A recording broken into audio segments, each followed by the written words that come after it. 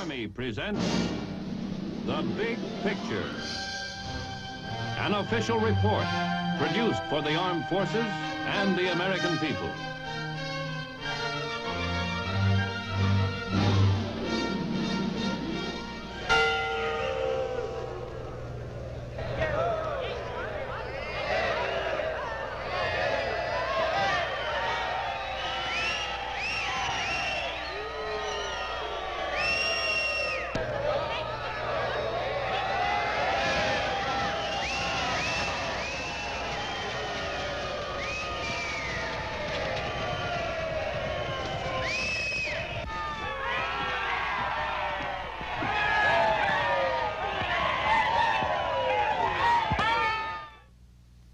Call it that Sunday punch.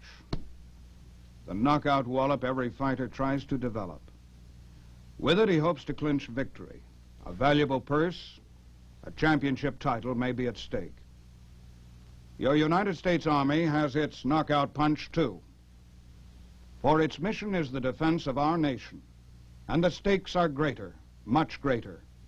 Our way of life, perhaps our lands, even our lives. That's why your Army carries on unceasing research and development programs. They are our guarantee that America's fighting men will continue to have winning firepower to be delivered whenever and wherever it may be needed in today's ultra-modern world.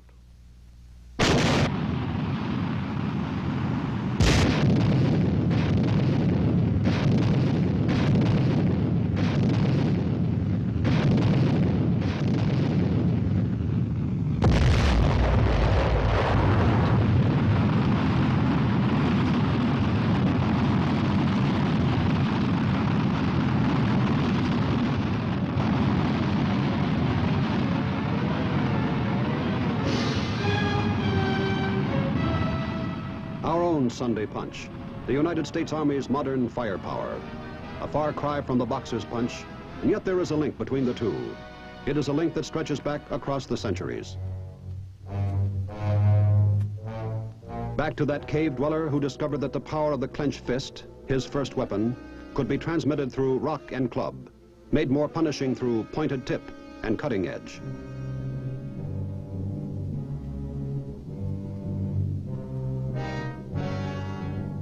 The story of David and Goliath has inspired countless artists to illustrate the later discovery that animal sinew could be used to extend the range and power of the punishing blow.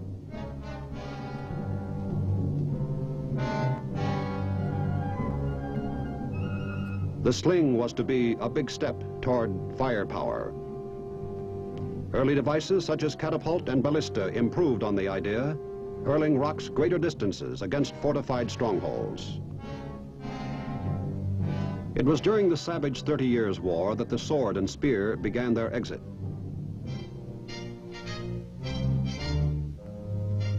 New weapons were taking stage. First had come the crossbow, which in turn was outmoded when Europe's map and history were reshaped by the formidable English longbow.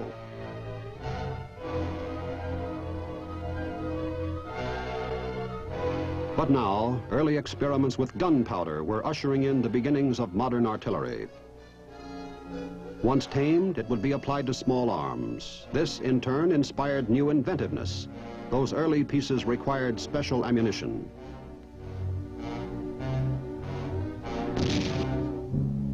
Soon, both small arms and cannon would hurl metal projectiles. By the time our own country emerged, artillery had come of age, capable of achieving range, accuracy, and destructive power. The clenched fist had come a long way.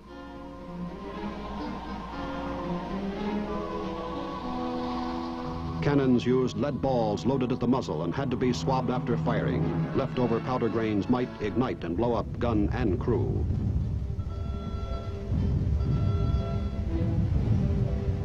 Napoleon Bonaparte would soon employ cannon against personnel as well as against fortified positions. Firepower would make him dictator of Europe. Our own Civil War brought full realization of artillery's versatile uses. Superior firepower helped write the end of that tragic chapter.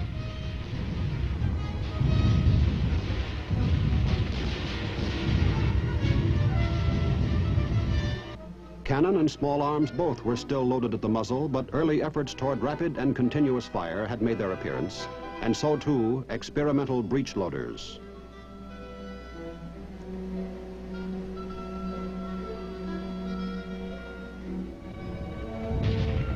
War with Spain brought national awareness of the Army's efforts to give its fighting men the ultimate in firepower.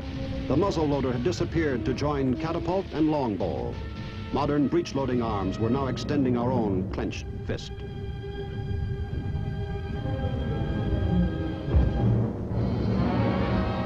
Then in 1917 came our country's first test in worldwide conflict.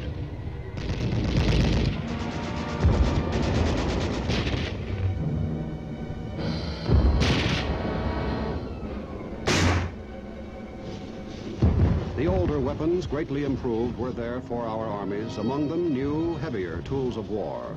But something unforeseen was happening. Although the truck replaced the horse, range and power were costing mobility.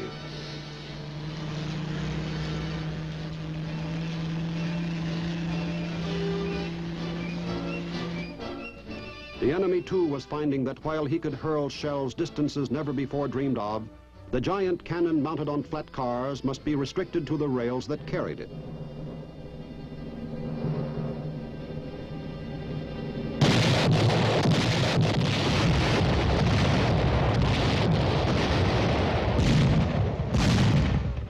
And while conventional artillery was accounting for 70% of battle casualties, two new sources of firepower entered the scene. The first of these came about through man's successful efforts to achieve flight. As early as 1909, the Army had bought its first plane. Soon, there was an Army Air Service under direction of the Chief Signal Officer. Reconnaissance and observation were the airplane's only roles, but soon it became apparent that it could act as a flying platform to carry firepower directly to the enemy. In short, it gave artillery new mobility, flexibility, and range.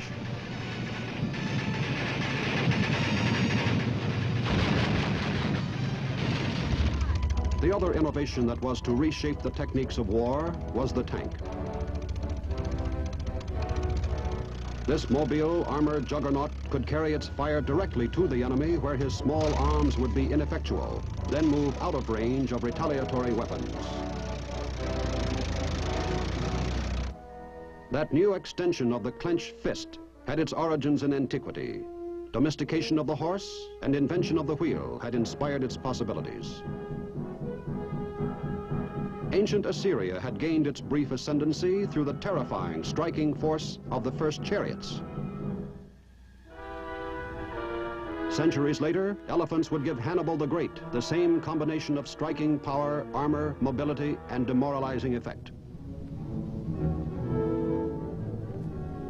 By the Middle Ages, individual fighting men were embracing the same principles.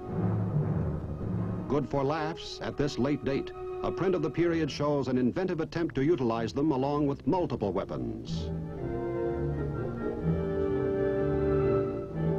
Now, in World War I, the goal was reached. With the two new weapons, the ultimate in firepower had been achieved. Men said that war had outlawed itself. There would be no more wars.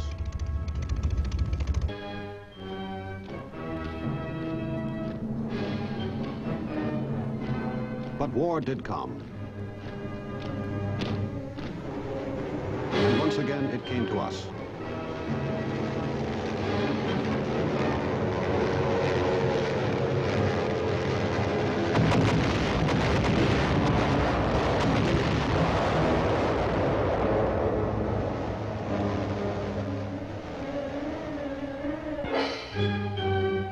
Army ordnance and a vast complex of industry were soon turning out the weapons to give the nation winning punch.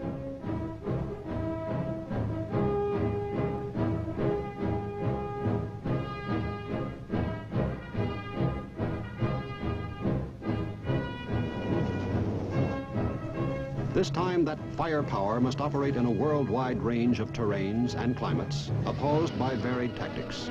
There would be alternately sun-baked or frozen flint-hard deserts of North Africa.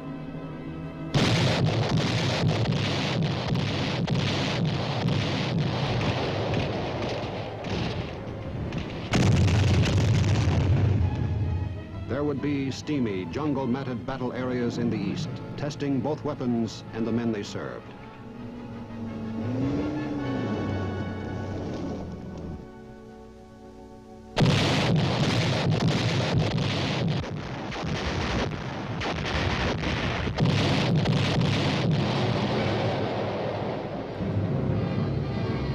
There would be Western Europe with warfare in towns, open plains, and wooded country.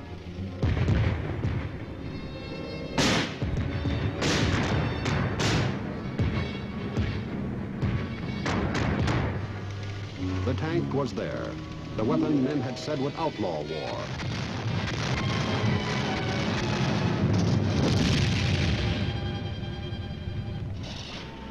That other weapon was there too, the flying platform that could carry artillery fire. Its capabilities were well epitomized in the Army Air Corps' weapon, the Flying Fortress.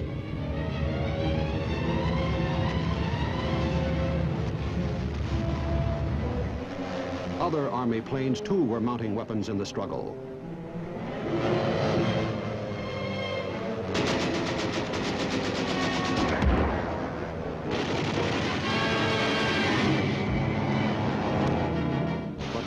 Two new extensions of the clenched fist were in the making, the first foreshadowed by the use of rockets.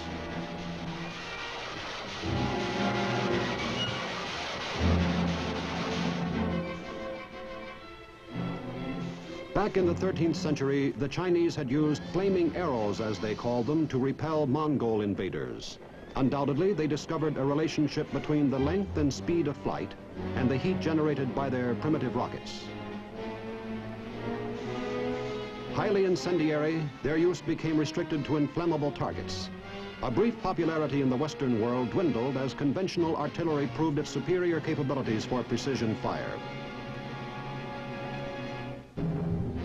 Nevertheless, rocketry was never entirely discarded, and in our War of 1812, it was effectively employed by British troops. During a night attack on Fort McHenry, a young civilian was impressed by the rocket's red glare. Francis Scott Key would later incorporate the phrase in his poem, which became our national anthem. Within the British Army, rockets continued to be promoted by a small group of enthusiasts. Fuels that burned longer and generated more heat were developed. Accuracy and control of flight remained unsolved problems, but nevertheless the rocket, stepchild of artillery, lingered on.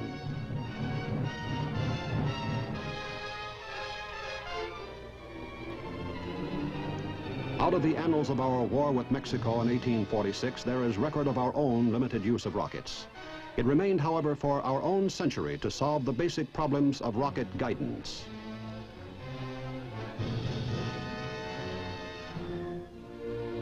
Credit for the breakthrough rests with an American, Dr. Robert H. Goddard.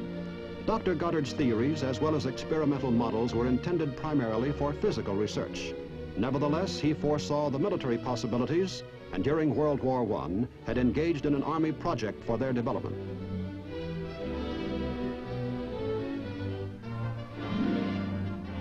Here, the artist reproduces one of Dr. Goddard's early models.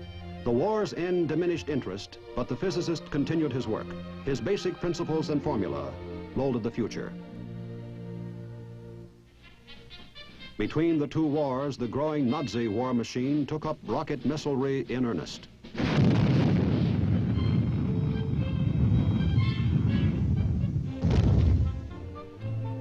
Despite early failures, the work went on.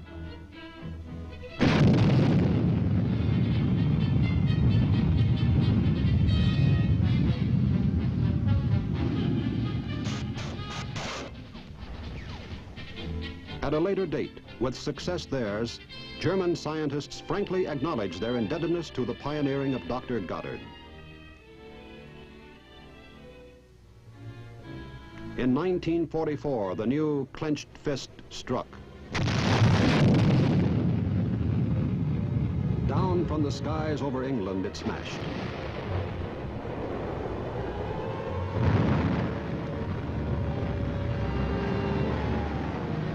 First, the crude doodle bug, the V-1.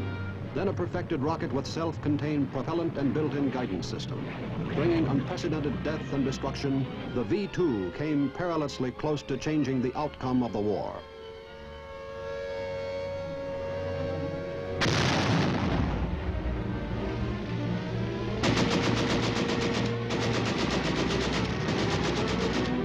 Fortunately for the Allied cause, the enemy's bid for victory came too late.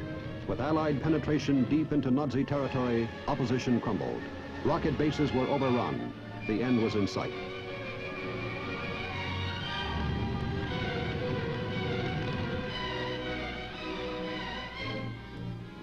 The end came as Nazi surrender rang down the curtain of war in Europe.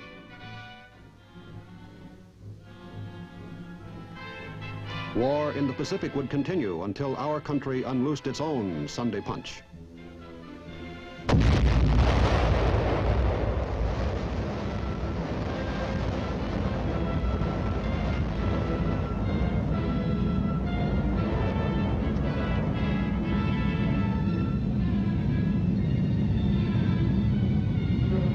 We had cracked the secret of nuclear fission, and our big fist grew even bigger. Within months, the Japanese surrender brought an end to hostilities in the East. The war was over. Looking back upon the two new weapons unleashed during the conflict, men now return to the ways of peace. We're again saying that the ultimate in artillery fire had been reached. Any future war was unthinkable.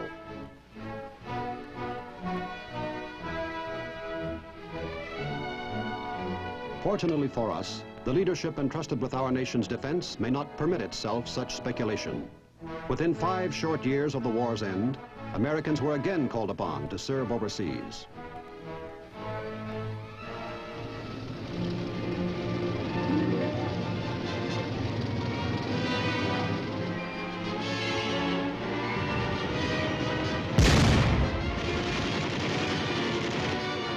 The Korean action, savage, however limited, did not call for our newest sources of firepower, but Army vigilance and initiative supplied its men with the proven weapons brought to a point of effectiveness never before attained. There had evolved by now a new kind of fighting man. Technical skills had become professional musts. Courage and muscle alone were not enough.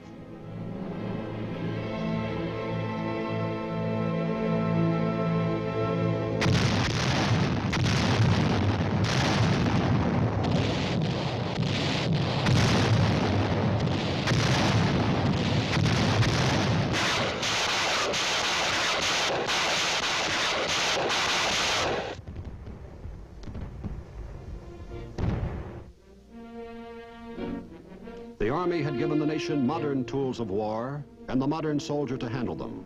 The bigger, tougher fist was still ours. As a fanatical and resourceful enemy discovered.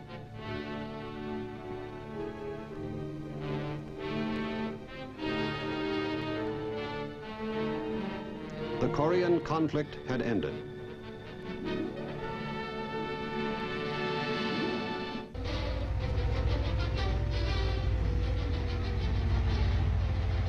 Behind our proud record of winning punch stand the Army's programs for research and development. From drafting board to field test come better and more effective weapons in endless procession, ready to maintain our defenses against any threat.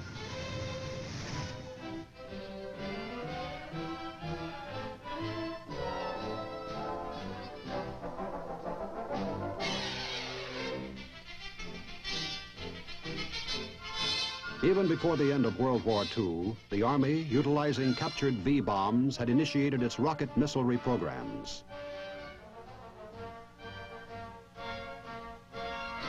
With modification of earlier systems and application of new approaches, those programs began to turn out the first of a family of missiles.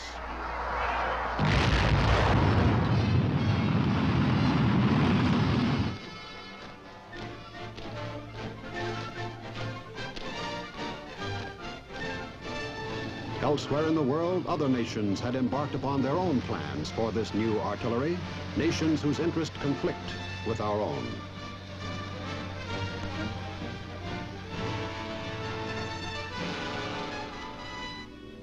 Into our planning, under the inspiring leadership of men like General J.B. Medeiros, went the experience of Dr. Werner von Braun and others of the German scientists who had perfected the original V-bomb. And into the separate teams that worked on the programs went the skills and talents of our own best minds. Scientists embracing a limitless roster of fields contributed to the staggering complex of component parts that went into each of our missile family.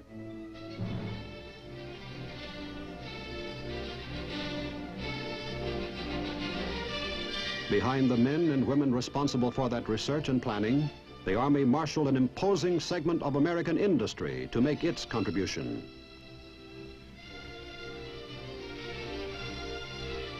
It was a segment that comprised every conceivable type of manufacture, from the small shop turning out a single tiny element to the mammoth of heavy industry fabricating giant missile housings.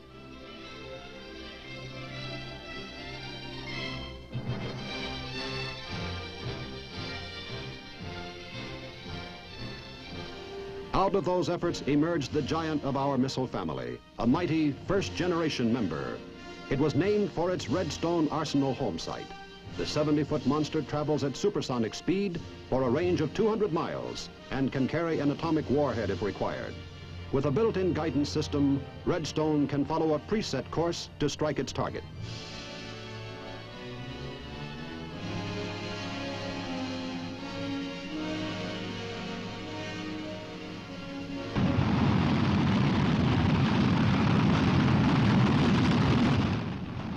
But such are the continuing programs of Army research and development that the Redstone is destined for retirement. It will be replaced by the Pershing. Pershing will be smaller and more easily handled, yet give us a harder-hitting, more accurate fist.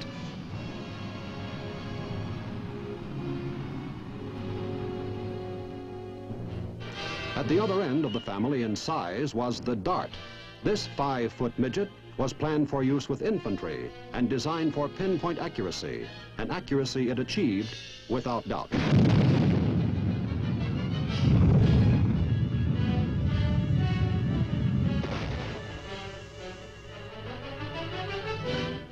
Yet its more modern replacement, the more flexible, equally powerful SS-10, can offer superior performance.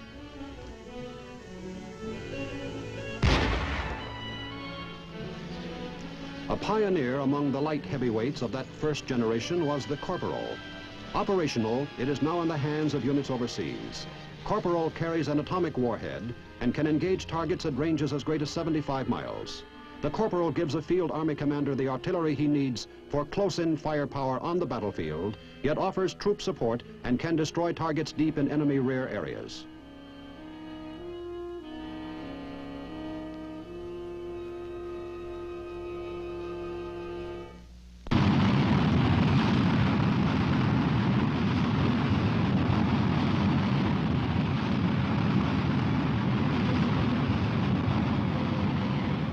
Here, too, in keeping with Army programs, an old-timer must give over to a younger member of the family.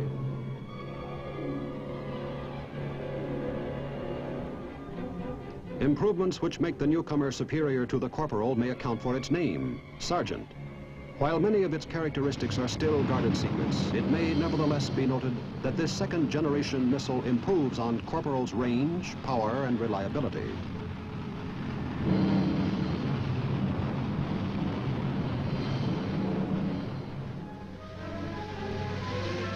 Versatility marks the performance of Honest John, another pioneer now bowing out of the service.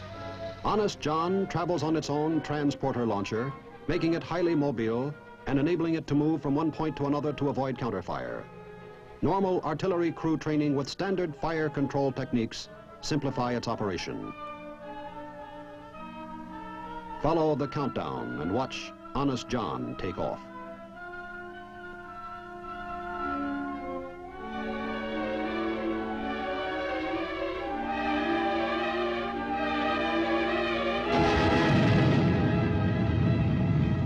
And this time, there's atomic violence in that fist.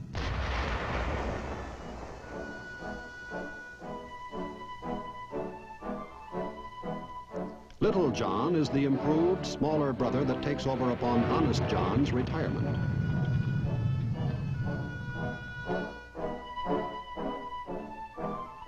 And La Crosse, yet another in the ever-growing family of our modern artillery.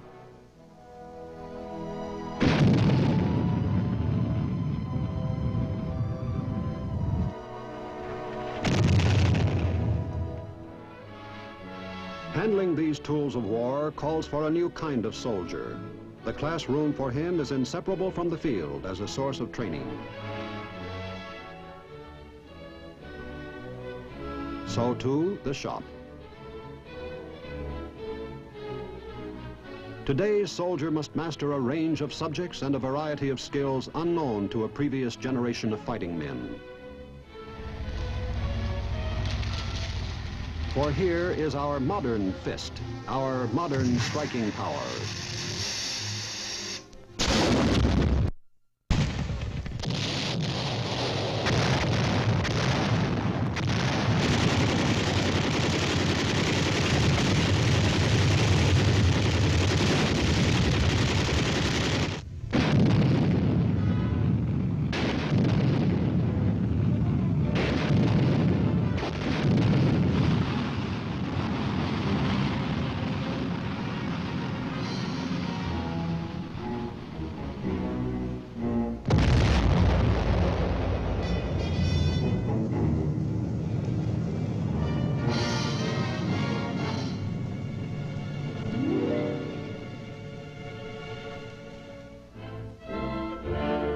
Here is the army that wields it.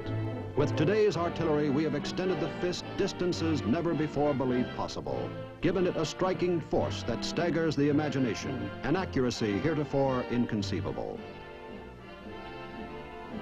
And is this the ultimate? At each step along the way between cave dweller and present-day man, people believed the ultimate had been reached. For the United States Army, only one answer is possible. Its programs will continue to improve today's firepower and anticipate tomorrow's.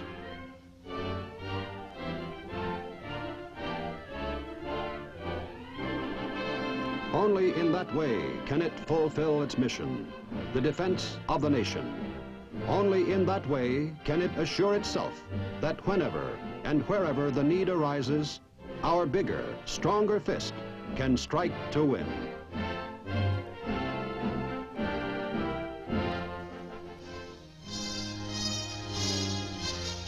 The Big Picture is an official report for the armed forces and the American people.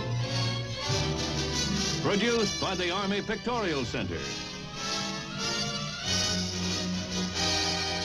Presented by the Department of the Army in cooperation with this station.